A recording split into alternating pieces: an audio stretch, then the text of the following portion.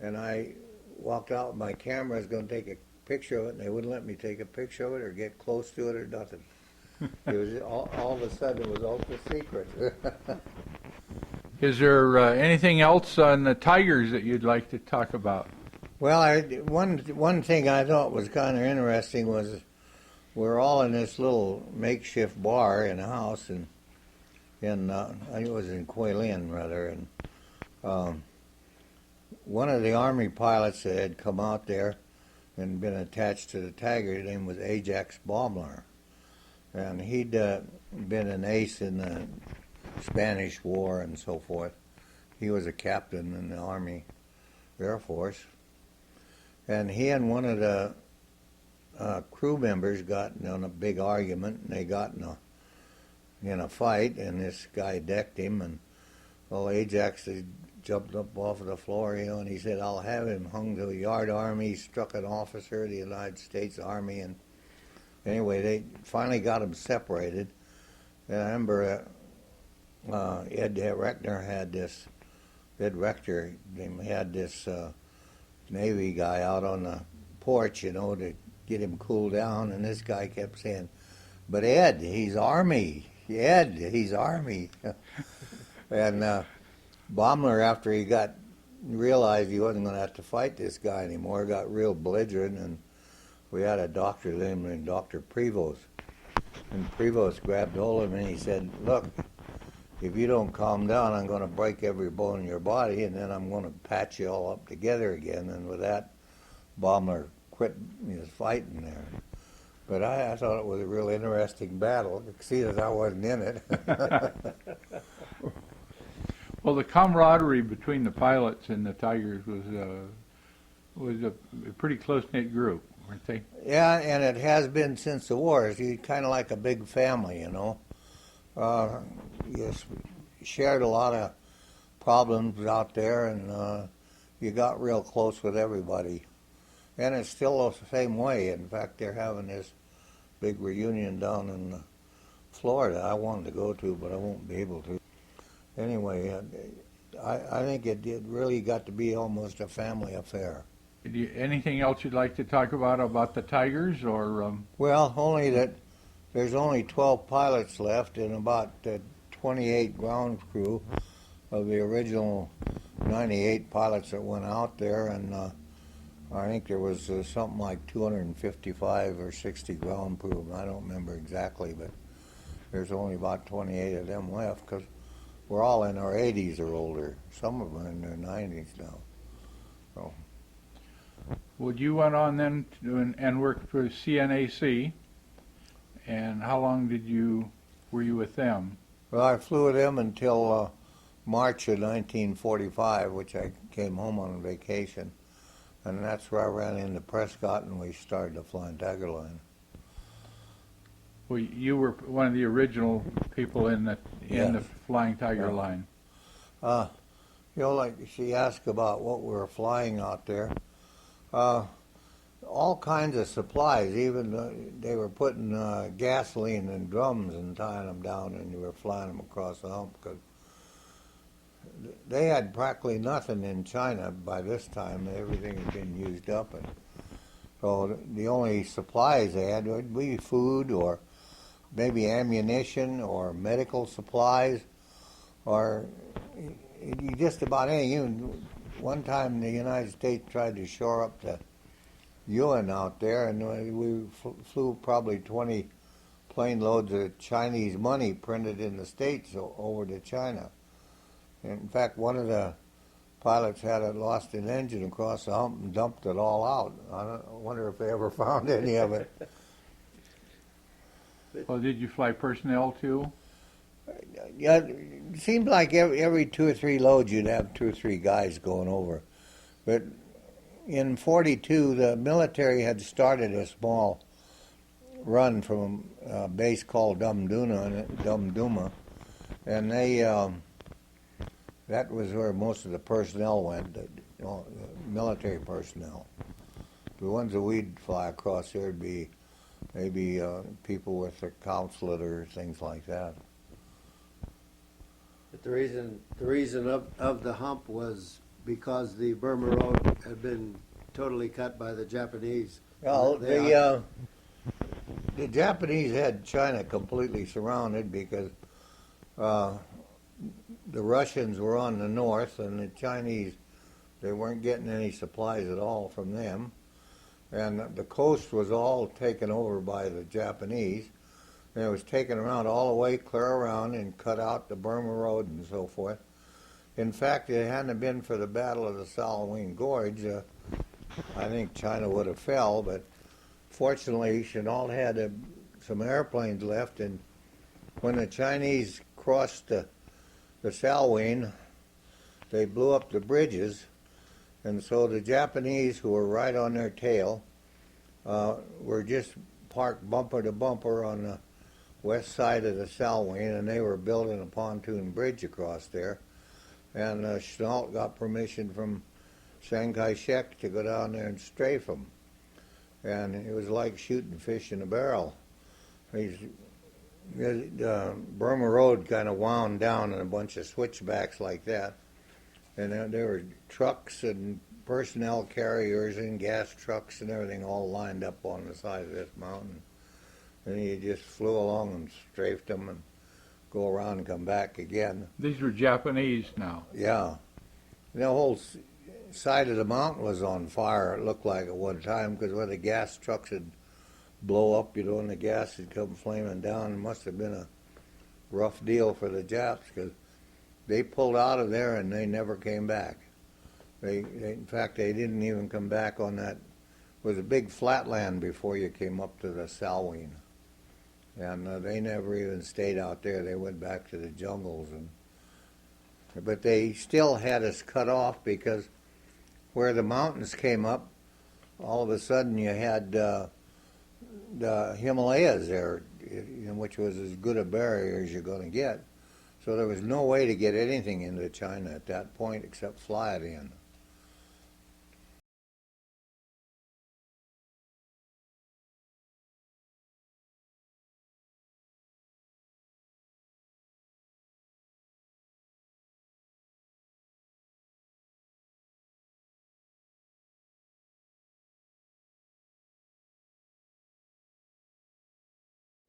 After CNAC and you came back to the States, I understand you went with Bob Prescott to start the Flying Tiger air cargo line. Is that correct? Well, at that time we didn't have any air cargo line. I was in Washington, D.C., and I ran into Prescott, and he said that he'd just gone to work for a company called Aerovias Azteca, and that they'd bought 3 Navy Buds, and they were stainless steel welded aircraft the Navy had given up because they originally set up for our 2800s, and all they had at the time to put on them was 1830s, so it was way underpowered, and so the Navy just put them into their junk pile, and Aerovias Azteca had bought 3 of them, and they hired Prescott as their chief pilot. So he said, I'm flying one out to the coast. You want to go as my co-pilot? And so I said, sure. Free ride to Los Angeles. So we flew down to Texas and stayed overnight because he had some family down there. And then we went on to Los Angeles and we landed at Van Nuys Airport. And at that time, Van Nuys was split. Half of the airport was civilian and half was military, and we didn't know any difference. So anyway, when we landed, Prescott turned left, and we just happened to be on the military side. And it had been raining real hard. Then when he's going around the corner, he got the left wheel off it, and it sank in the mud, and we were stuck. And the military come up there, and there's a master sergeant in the car, and boy was he mad. And he told us, boy, the squadron commander's coming up here, and when he gets here, you guys are going to get it. So this car come driving up. It was a big, looked almost like a limousine, and Bob and I were a little bit shook up. And the door opened, and the commanding officer stepped out and was R.T. Smith, one of our buddies from the Flying Tigers. So he came over and he told this sergeant to get a tow truck and get that airplane out of the mud, and he told old Bob and I, he says, look, we'll go at the bar and have a drink, which is one of the best welcomes I ever had. Anyway, about 2 or 3 weeks later, Bob's brother was a senior grade lieutenant in the purchasing department, and he called Bob and said, look, you know, you guys can buy the rest of those buds. So Prescott started working with these people at Signal Oil to see if he could raise enough money to buy the buds up, and because of something in the paperwork, you had to buy all, including the 3 that went to Aerovías Azteca, which were down in Mexico. And so he called me. I was down in Los Angeles at the time, and he said, look, we can start our own airline and we can get these buds. What we got to do is raise $100,000, because Signal Oil said they'd put up the other 100 to buy the airplane. So we started calling around the country to see what are the Tiger pilots that we could get interested in this. And we finally came up with 100,000. Signal Oil put theirs up, and we bought the buds, and they were at Bush Field in Georgia. And so we had to go out there and fly them out to Los Angeles. We actually were at Long Beach Airport at the time. And they had a little shack out there for maintenance shack, and wasn't half as big as this house. And Cornelius was put in charge of maintenance. And Prescott was flying the first one of the buds that they picked up at Bush Field out there. And he had oh no, I'm getting ahead of myself. His wife was driving out, and she ran into a problem in Prescott, Arizona, of all places. So Prescott sent a bud over there to pick her and the airplane up. And with that, Cornelius wanted his money back, because he figured it wasn't going to be run right, and he got mad at Bob. So anyway, Bob arranged to get him his money back, and he left us.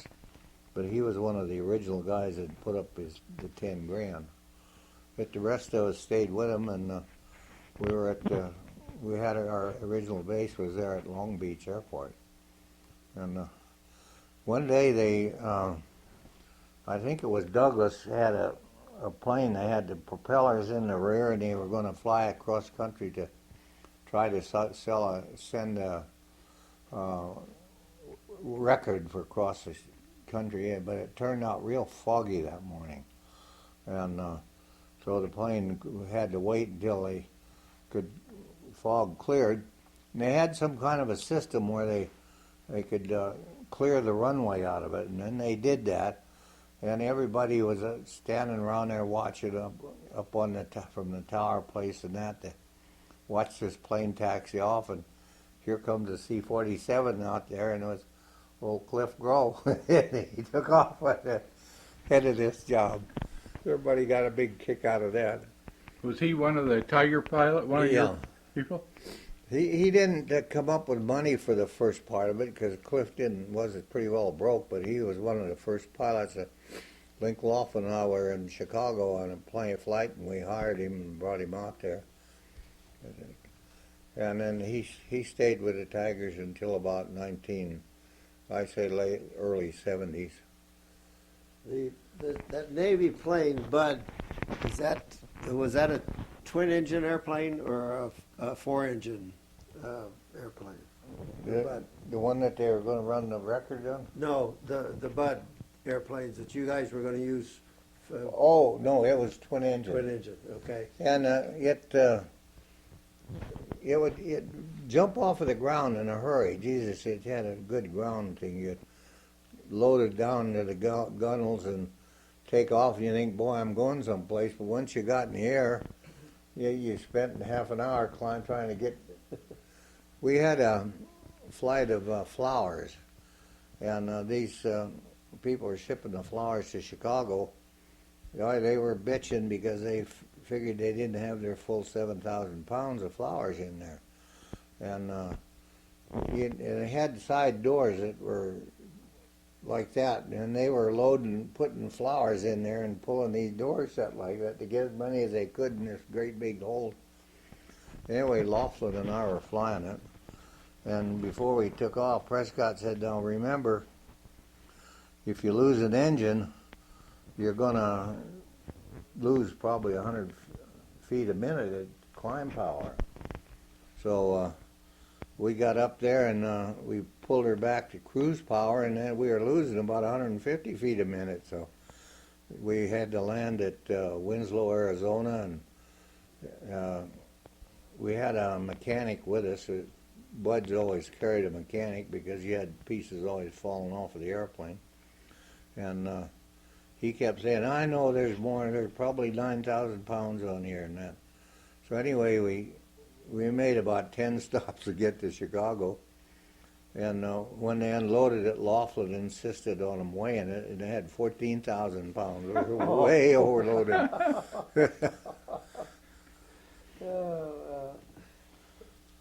Well, now you flew for the original Tigers, and then you left for a while, went back to China. You mean original Flying Tiger line? The Flying Tiger Yeah. line. Yeah, Chenault started this, what was originally called Sinra Air Transport. He eventually made it China Air Transport, but at that time he had a contract with UNRWA to haul UNRWA goods that would be brought into the coast of China to the interior. And so he started this airline he called Sinra Air Transport, and of course they were hauling anything they could get in there. And they let him buy a bunch of C-46s in Honolulu. And so anyway, he happened to come through Long Beach and talk to us, and he said he needed some of us to go with him if we could to get it till he got the airline started. So Prescott gave us a leave of absence for a year, and Joe Rosbert and I went out there with him. And we went to Honolulu, and of course we stayed there for like a month while they were putting these planes together. And they had a maintenance crew there that was putting them together one at a time when they get it all ready to fly, and you'd test fly it around the islands and then take off and fly it to Canton. And they didn't have enough crew members there for all of them. When I left with I had a guy by the name of Williams, which was one of Chenault's. He'd been with Chenault in China before the war started, and then he stayed with Chenault all during the war. He ended up a colonel, and in fact, later in years, he was a historian for Flying Tigers. But anyway, he was my co-pilot. He'd never flown an airplane in his life. And we took off and we went to, we went to Wake and to Guam and then to Manila. And we stayed in Manila a couple of days and then went on into Canton. And then when they got all of those planes in there, Chenault needed more airplanes. So there was a bunch of C-46s stored in, I think it was Clark Field. So they wouldn't sell them, the military wouldn't sell them the airplanes, but they could buy the parts off of them. So Chenault bought the propellers off of a bunch of planes and bought the planes over here without propellers and took the propellers over there and put them on the planes and flew them to Canton. But I don't know why the military had it. You couldn't take the whole airplane, but anyway, we had one of the pilots was over there that was a pretty heavy drinker, and he was in Manila, and he'd drive out to Clark every day, and halfway out there was a little roadside bar and restaurant. It was run by a woman, and he and this woman became very close, and nobody could figure how he was driving back and forth to Clark all the time, and nobody's ever bothered him because the gorillas there were raising hell in there. But as it turned out later, she was the head of the gorillas. Well, this guy was pretty safe. Well, how long did you stay over there with Chenault's outfit? Well, I stayed with Chenault's outfit with a year, which was my contract with him. And then I went to work with Moon Chin, who had called, oh, shucks, I can't think of the name of the airline he had now. Anyway, he had a Chinese airline. Moon and I were real close friends, so he needed pilots. So I went over and went to work with him, and Dick Bushbaum went over with me too. And they had a passenger run that was flying up to across the Gobi Desert and clear up to the Russian border that at that time was called Tiwa. And some people called it a Rumchi, but it was a little base, and then right over the hill from it was a Russian airport, and then you're just close to the Russian border. But it was a very interesting trip. You'd go to Hankow and then go up to Lanchow. Then you'd land in a little place, desert place out in the middle of the valley. It took you 4 days to get there with the C-46. And you had to haul your gas up. Very safe, you know. They just put all these 50-gallon drums in there and tie her down, away you'd go. And then you'd stay overnight. We stayed overnight in an American Council. There's an American Council up there and a British Council. And that was my first experience with coal that was loaded with oil. They had a Russian stove in this living room, and it was just built into the corner of the building. And they'd put coal in there, and you'd see where oil would run out on the floor. So this coal had so damn much oil in it, it'd seep down and run out on the floor. I'd never seen that before. I wondered why it didn't burn the house down, but it didn't. But they had pretty good meals and stuff like that in there too. I don't know why they got their food, but it was pretty good. Anyway, we'd stay overnight in that, and then early the next morning we'd take off and make the same trip back. What we'd do is fly across the desert,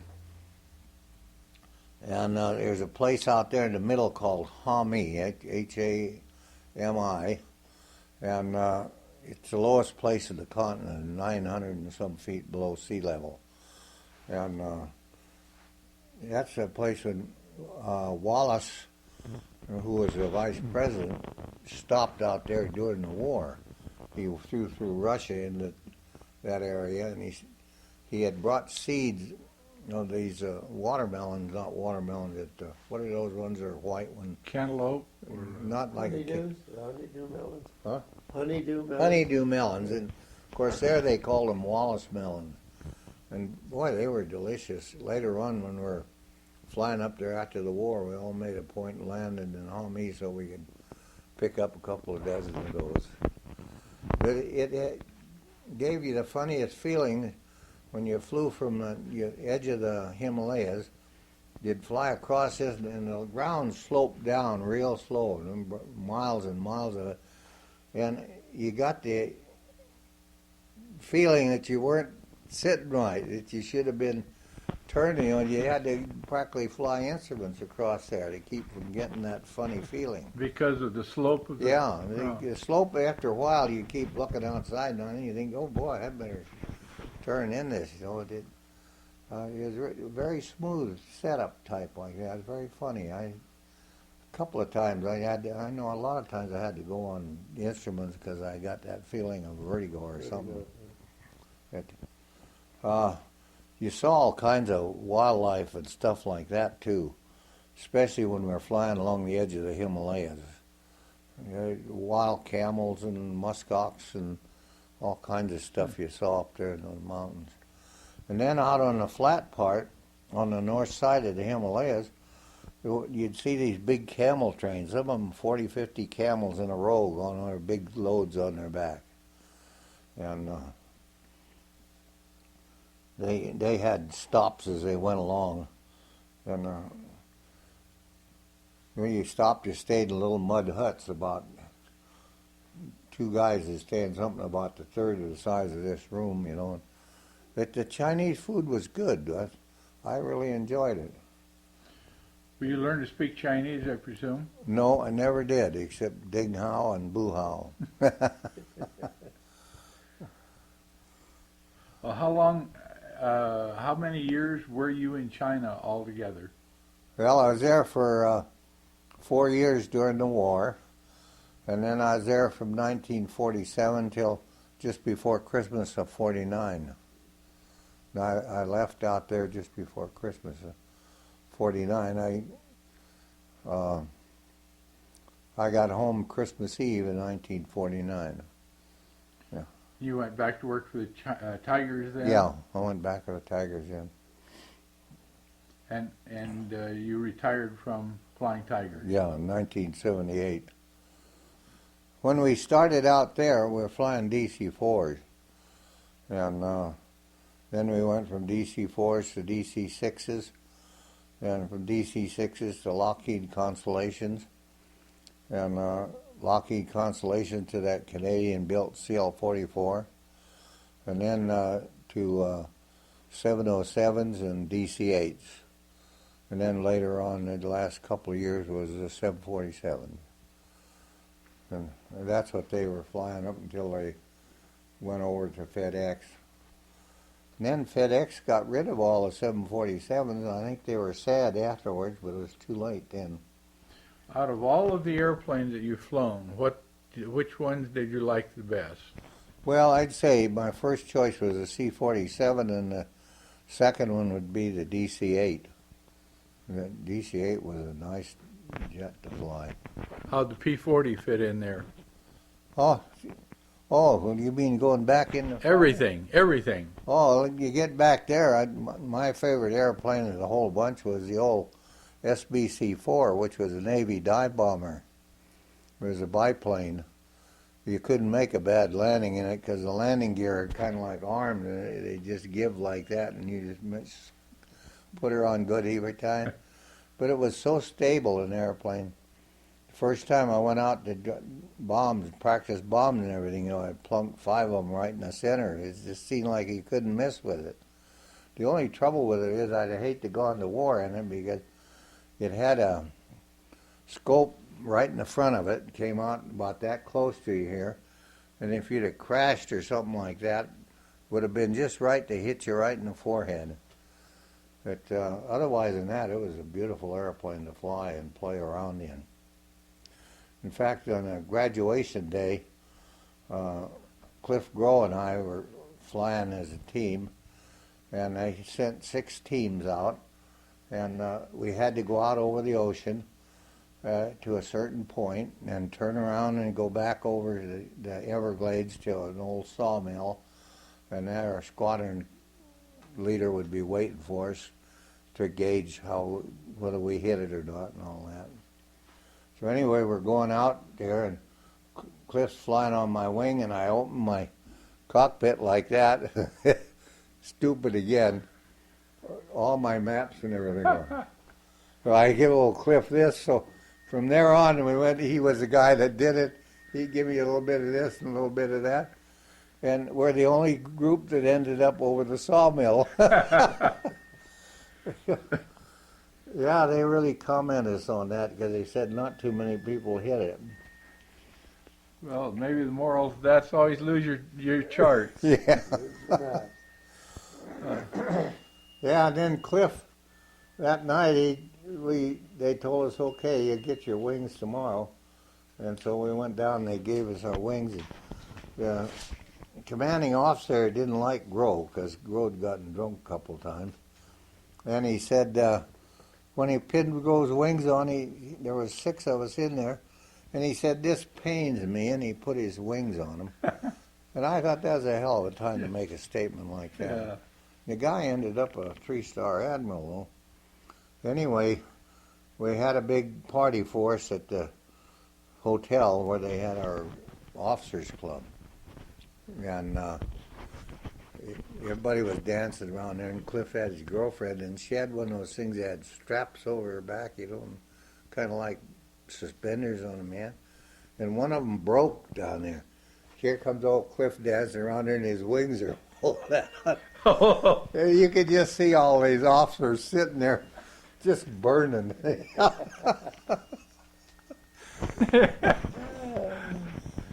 Well, I tell you what, Bob, let's go back in time now and to your first solo flight.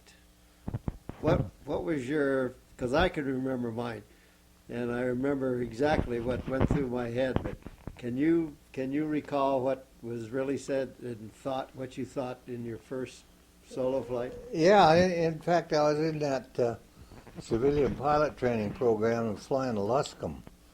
And when he got out and says, okay, take it around the field, about the time I pulled it off the ground, I wondered if I was using common sense and even being in there. As I flew it around the field, I was really nervous because I wasn't sure what the heck I was doing at that time. Then finally got around there and lined it up, and I thought, oh boy, if I crash this thing, I'm in trouble. Yeah. But everything went all right, fortunately for me. But I sure was worried about it. Yeah. well, I think everybody has some reservations that first time out in the airplane. Yeah, it is. And I can remember. I thought, Edwards, you dumb SOB, you got this thing up in the air and you don't know how to get it down.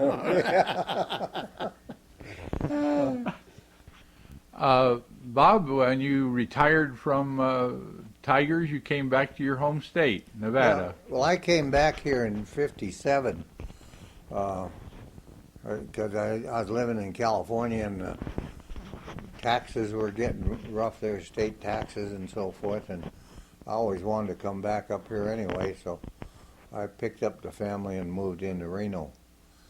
And we lived in Reno or in Fallon. Well, in fact, we lived about 40 years in Fallon because I stayed out there after I retired and all that.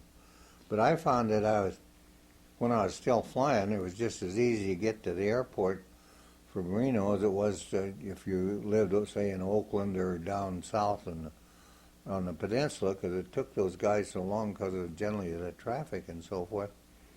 I could leave Fallon and be there at the same time they got there. So it worked out good. Except one time the weather was so bad I couldn't get out here, but I came into Reno and I had to call a crew control and tell them I couldn't get out. There were no flights. But they understood, so things worked out. Well, you were born in Nevada. Yeah, I was born in 7 miles south of a little town called Palisade in eastern Nevada. And it was storming in February, and my dad called the doctor because they figured I was going to come pretty quick. And at that time, the doctor had to take the train from Elko and go to Palisade, and then he rented a horse and buggy and came out to the ranch, which was 7 miles south of there. And he didn't get there till about 8 or 9 hours after I was born. And my dad bitched to the day he died because he charged him $40 for the trip. The old Dr. Hood. Yeah, transportation was pretty rough in those days. These little old roads, you just wind around through the sagebrush and get stuck in the sand and all that kind of stuff. It was all they had down Pine Valley. But we lived on that ranch until 1929 when the stock market collapsed and they had all that problem. And my dad had been involved. He'd shot a prohibition agent in 1922, but they'd turned him loose. Jury turned him loose, and one of the stories is that they went down to the bar at the Owl Club in Eureka, Nevada, and my dad was buying drinks for the jury, and the bartender there, who I got to know later on in years to be a friend, he said, yeah, these jurors were all coming down on your dad and patting him on the back and saying, God damn it, Bob, we almost sent you up because you let the rest of them get away.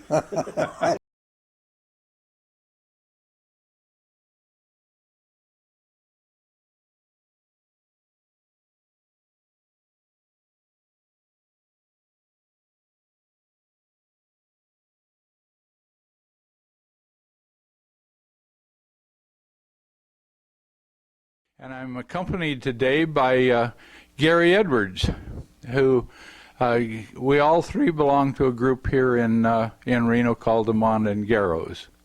Gary, too, has a pretty colorful career, Hi, which this we'll is Gary talk Edwards, about. and we're at the home of Bob Raine. He is one of the remaining 12 AVG pilots of China that was headed by General Claire Chennault, and commonly referred to as the Flying Tigers. And we're here today. This is January the 16th, 2004, just for a historical interview with Bob. Bob, tell us about some of your early years and how you got into aviation. Well, and I was going to San Francisco City College, and they came in with a program there to forgive everybody a civilian pilot's license, and they signed this. When I saw about it, it's coming up, my girlfriend started talking about all these flight heroes, so I thought I'd better join. And I was one of the 98 members in it, and they were going to take 30 of us, or rather 20 of us out for flight instruction, and the school called it Engineering 5, and what it was is a work up to getting a civilian pilot's license. And the day that they picked the people to take the flight lessons, when they came to number 19, I was still sitting there, and I got number 20, which is very fortunate because it changed my whole life, because up to that time I'd been delving more into agriculture and things like that. Anyway, I got a private pilot's license from that. But in the meantime, the Army and the Navy came around showing us pictures with recruiting movies they were. And the Navy was the best one because the Army would show us airfields, and they were dusty and the airplanes landing and all that. But the Navy showed us Boston Beach at Pensacola, which had about 200 women in it and a couple of men. And the swimming pool was the same way, and riding out in the horseback riding was the same way. However, when I got to Pensacola, I found it was just exactly the opposite. But anyway, it looked good, so I requested to join the Navy, and they sent me the application, and we had to have 3 letters of recommendation. So I called my dad and asked him if he knew anybody up there that had any power that could give me a letter of recommendation. And in those days, both he and I were as poor as church mice, so I didn't expect much. But when the letters came in, one of them was from Senator Pat McCarran, and one was from Governor Pittman, and the other was from another senator. I don't know how he did it, but he sure worked for me anyway. So I was chosen I went in to give them all my papers, and when we got in there, my birth certificate had been made out wrong, was spelled R-A-I-N-E-S, and I asked the guy what I had to do to get it changed, and he said, if I was you, I'd just sign R-A-I-N-E-S because it'll take 6 months to do it. So I signed it, and all through the war, I was Raines instead of Raine. And in 1947, my dad had it changed back. But anyway, they told me it'd be about 6 months before they called me, but I guess that was before they read over my letters of recommendation, because I know now that that's what did it, because all of a sudden I was assigned to a July class at Oakland Naval Elimination Base. So anyway, went down there, and where we got 10 hours of flying, and you either soloed or you were busted out. And they also, you had to take receive and send 5 words with a telegrapher. And anyway, I finished second in my class there. And they told all of us that it would probably be December or January before they called us up. So I went to Nevada, and where I went to work for the Crickets. I wasn't out there a week before I got a notice from them to report to the Naval Air Station in Oakland and such a date. I went over there and signed in. They said, you're going to Pensacola on the 1st of August, or the 1st of September, excuse me. So this was, again, very fortunate as it turned out, because if I'd have been in the January or December or January classes, the World War would have started before I got out of Pensacola. But anyway, I went to Pensacola. They sent us down there on a train, and there was 2 other guys and myself from the Naval Air Station, and we checked in there. And in about the 1st of March, I completed everything that you did there at the Naval Air Station, Pensacola, and then they had you choose what you wanted to do, whether you wanted carriers or patrol boats or observation and scouting, and I took carriers. So when I finished Squadron 8 in Pensacola, they sent me to Opelika, Florida for operational training in carrier-type aircraft, which at that time was a F-4B-4, which was a real old fighter plane, and F-2Fs and F-3Fs. And dive bombers were SBC-4s, which again was a biplane. They were all stuff the Navy had taken out of the fleet. But it was fun flying those because they were, real nice to fly and beautiful to land, and you could hardly make a mistake in it. And I graduated in that in May and was assigned to Torpedo 3 on Saratoga and based in San Diego. And I drove out to San Diego and reported in there. The Sarah was out to sea someplace at that time, so all I did was sit around there, and once in a while they'd send me up to fly a SBD down from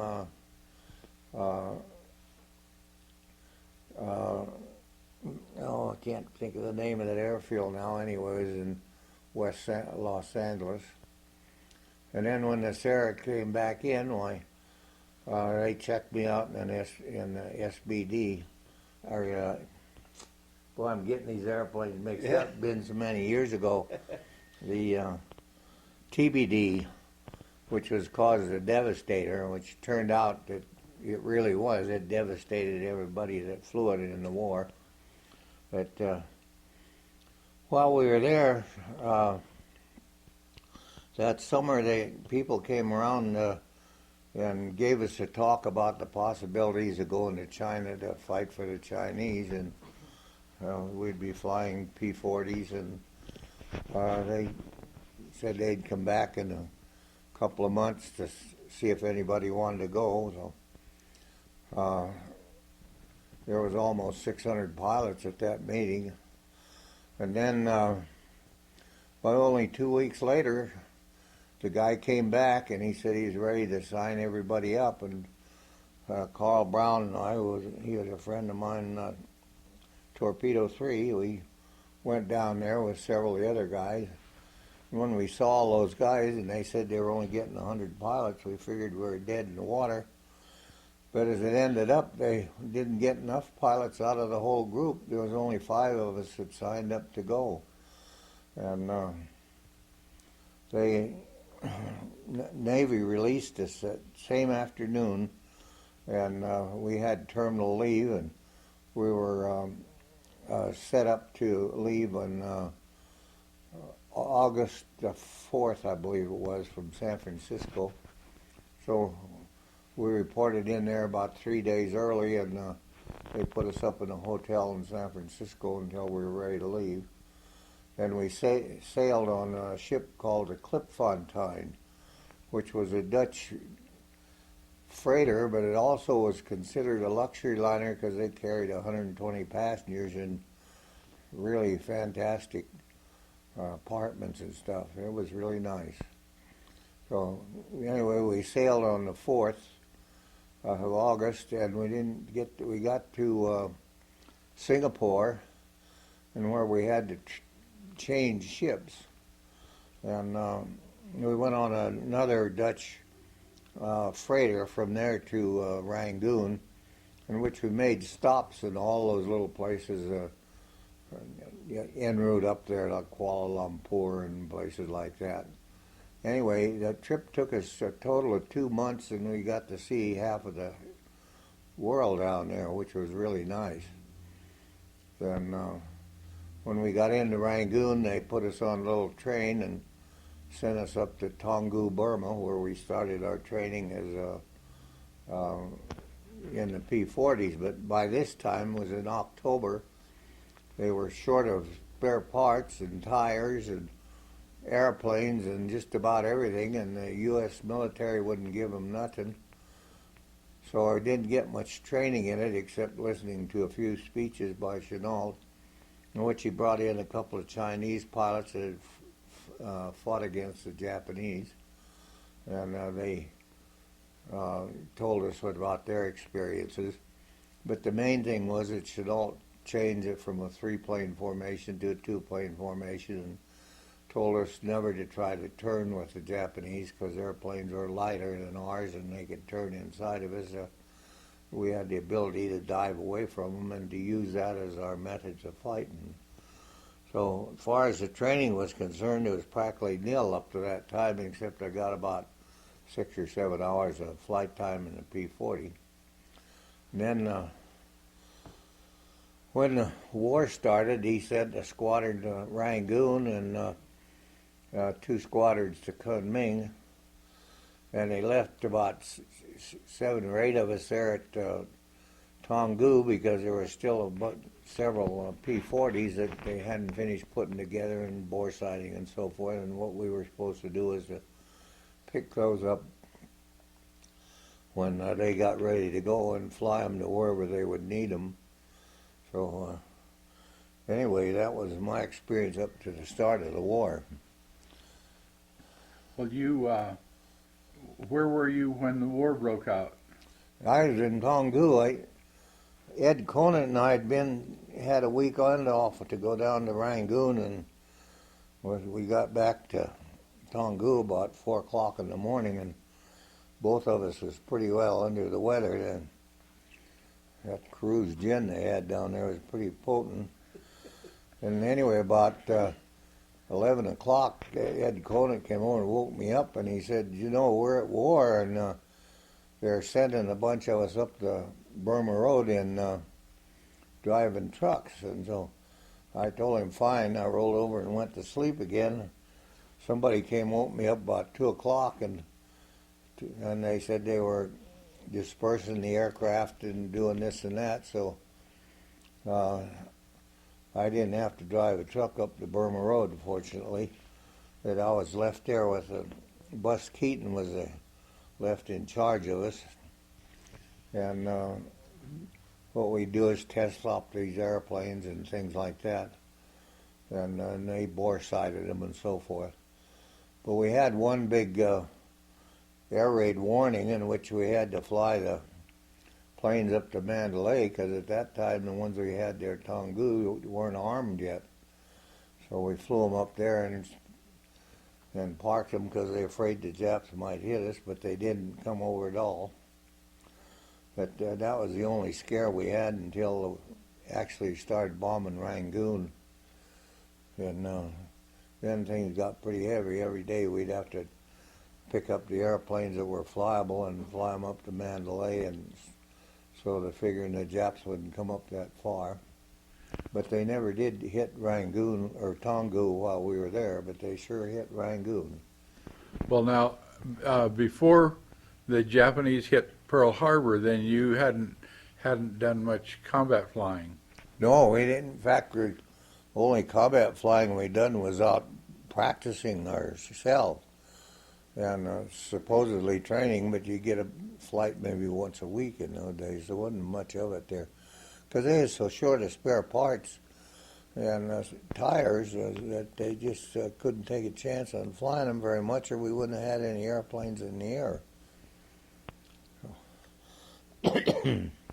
Well, after they hit Pearl Harbor, then's when you guys, things began to get on fire over there? Yeah, that's when things began to move. And if I remember right, I'm not quite sure about this, it seemed like they sent they had a Twin Beach and they sent it down to some U.S. naval base where the Navy, for some reason, had some tires that would fit the P-40, and they brought a whole bunch of them back, which we were out because we only had the tires that came on the two airplanes and no spares, and they had to scavenge from other airplanes that had been wrecked on the field or something to keep the airplanes in the air. And they even had a little shop there where they made some parts for them. So the Chinese worked in there and made parts and stuff. It looked like it wouldn't last very long because they had absolutely no parts, period. But fortunately, in takeoffs and landing, we'd had a lot of blowouts, which had wrecked one wing or the other of the aircraft, and so they scavenged those planes for parts, which kept us going. Well, when you first went over there, it was called the American Volunteer Group, correct? Well, originally it was, we went over there, we signed up with a company called Camco, and Ed Pauley was the head of it, and he had a manufacturing plant in China where he was building airplanes for Chinese Air Force. So they used him as a go-between there. But we were called the American Volunteer Group at that time. The Flying Tiger thing didn't start till a few months after we were in the war.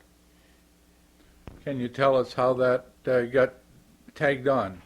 I have no idea. Just all of a sudden, everybody was calling, all the Chinese were calling us Flying Tigers, and that stuck. And then Walt Disney sent us a thing to stick on our airplanes. It was a V with a tiger with wings flying out of the center of this V, and that became our symbol. And then when Air Force took over in 1942, they put a hat on the tiger to make it a little bit different. Where did the shark teeth come from?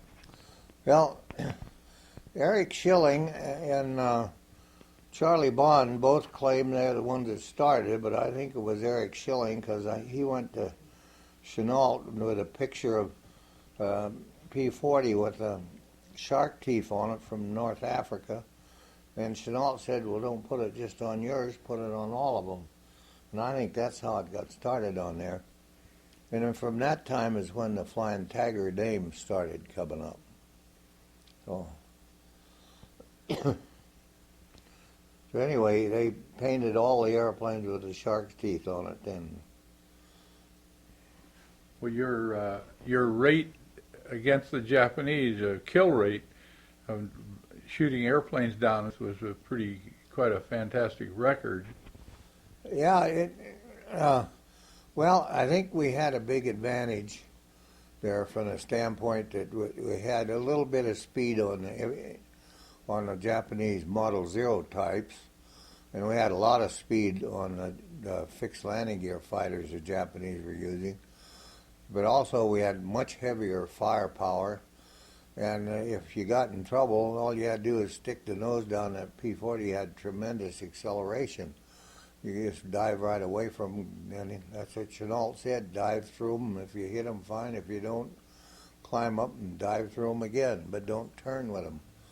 And the two guys that tried to turn with them the first couple of times they came over Rangoon got shot down. So that taught us a lesson. How many, there was 100 pilots, did you say a while ago? Originally, there was 98 pilots made it to Tonggu, but when the war started, there was only 82 of us left. 4 or 5 had been killed in accidents, and several of them had quit and gone home. They just didn't want to stay out, and a bunch of the ground crew went with them too. So we had 82 pilots, and I don't remember how many airplanes we had at that time, but a lot of them were out of service because they didn't have parts and things like that. Did most of the pilots over there, did they manage to shoot down a Japanese airplane or two? I think just about everybody got at least one. And I don't know of only maybe 2 or 3 that didn't. And it was a matter of being in the air at the time the Japanese came over, because we had about we had 80-odd pilots, and we had only sometimes there was only 6 or 7 airplanes you could get in the air. So your chances of getting into combat were fairly small. But the ones that racked up the big scores were those that went to Rangoon, where they were up maybe twice a day, and they're getting into it. But later on, the Japanese didn't come over in those big bunches like that anymore. They, like at Kunming, after they hit the first bunch of bombers, the Japanese never came back, and the same thing happened to Chongqing. They just never came back while the Flying Tigers were there. So, and when they would come, they wouldn't come in big groups, like 30 and 40 airplanes like they did over Rangoon. Well, you shot down, or the pilots, Tigers shot down quite a few of the first ones when they came over in the big groups, didn't they? Yes, they had a field day on that. And you know, the British were confirming the aircraft, but they had that deal that they had to find the wreck, you know, or they wouldn't give you credit for it. Well, finding those wrecks in those jungles out there is damn near an impossibility, as they're still haven't found all the airplanes that went down flying over the hump during the war. There was about 600 and some that went down over the hump, and they still haven't found about a third of them. The jungles would close in right over it in a couple of days. And then there was planes shot down over the Gulf of Martaban that some of the group didn't get credit for either. So we don't know really how many they went. How long did the Flying Tigers stay in existence? Well, in theory, we were disbanded on the 4th of July of 1942, but they only had about 5 or 6 Air Force pilots out there by that time, so Chenault asked for volunteers, and I think there was about 18 of us volunteered to stay an extra 2 weeks. And in that time, they filtered in their more Air Force pilots to take over. I decided to stay with them for the extra 2 weeks too. I was down at Henyang at that time. Did General Chenault do any flying? Not while we were, not with the group. I think he'd flown a little bit before that, but not with the group. The history has him as being a real good leader. Well, he was somebody that everybody loved right away, you know, and in fact, if it hadn't been for General Bissell, I think most of the Tigers would have stayed with the Air Force right there. But he was appointed the day before Chenault was to a general, and so he outranked him, and nobody wanted to be around where General Bissell might have anything to say about it. So I think only about 12 pilots stayed out there and about 25 ground crew. I'm not sure of the amount. After the Tigers disbanded, what did you do? Well, I went to Calcutta because I'd had diarrhea pretty bad a couple of times, and I thought I'll go down to Calcutta. I was down to about 140 pounds in weight. I thought, well, I want to go down there and spend a week or two. So I got down to Calcutta, and 2 friends of mine, Cliff Grow and Link Laughlin, were staying in the Great Eastern Hotel, which is about the only air-conditioned place in the country out there. So I stayed with them, and they had gone to work for CNAC, which the China National Aviation Corporation was the right name. and it was flying supplies from India to China because the Burma Road was now closed. The Japanese had closed the Burma Road off, and no way of getting anything into China except by flying it over the hump. And they kept saying, well, if you ever need any money, why let us know, because we're going to have lots of it. So the day I was supposed to go back to China, I went out and talked to Chuck Sharp, and he said, hell, I thought you were flying for us already up at the Dinjan. I said, no, I know it. I just come out to see you if you had any openings. And he said, they'll get your ass up there tomorrow. And next morning I was on a CNAC plane for Dinjan to go to work. So they hired as many as the Flying Tiger pilots as if they wanted to go to work for them. What kind of airplanes were you flying? C-47s. And they had 2 or 3 DC-3s, which had the old Wright Cyclones, but the C-47s had the Pratt & Whitney engines in them. But then as the war went on, the military started giving us C-47s every month. They'd give us 1 or 2 C-47s. I think we lost to 40 odd across the hump.